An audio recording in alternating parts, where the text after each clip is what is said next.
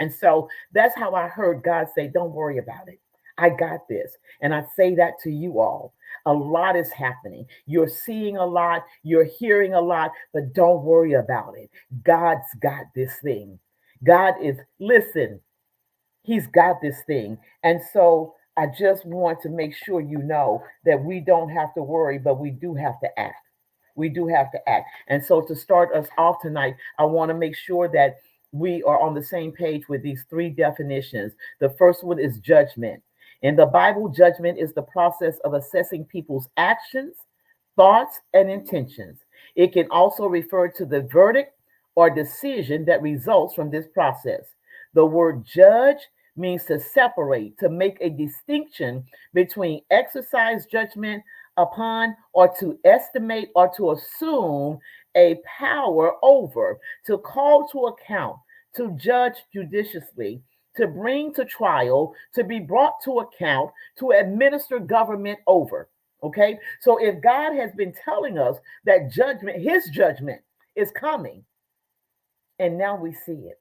A lot of people thought, some people think that when they hear that, oh, it don't mean me, it don't mean me. Yeah, something is about to happen, but I'm safe.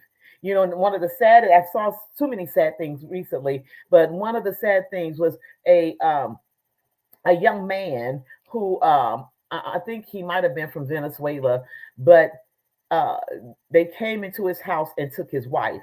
And so he was talking to Trump, like President Trump was his friend. He was like, "Oh man, come on, Trump, now, come on. My wife has already got her papers, and she already has a court date, and they just came in my house and took my wife. Come on, man, do something about this. Bring my wife back."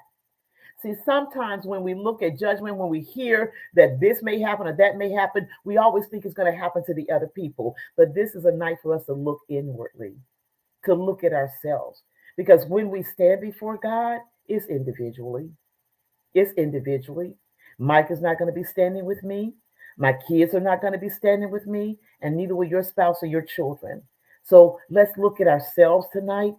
And we know what we've heard in the natural, but I hope that I present enough word tonight that you can look and see what God wants to do, that you can hear his that you can, you'll see his mercy, and you're ask for his grace. Okay, so mercy is when God, out of his loving kindness, withholds punishment that we rightfully deserve because of our sin. Again, mercy is when God, out of his loving kindness, withhold punishment that we so rightly deserve.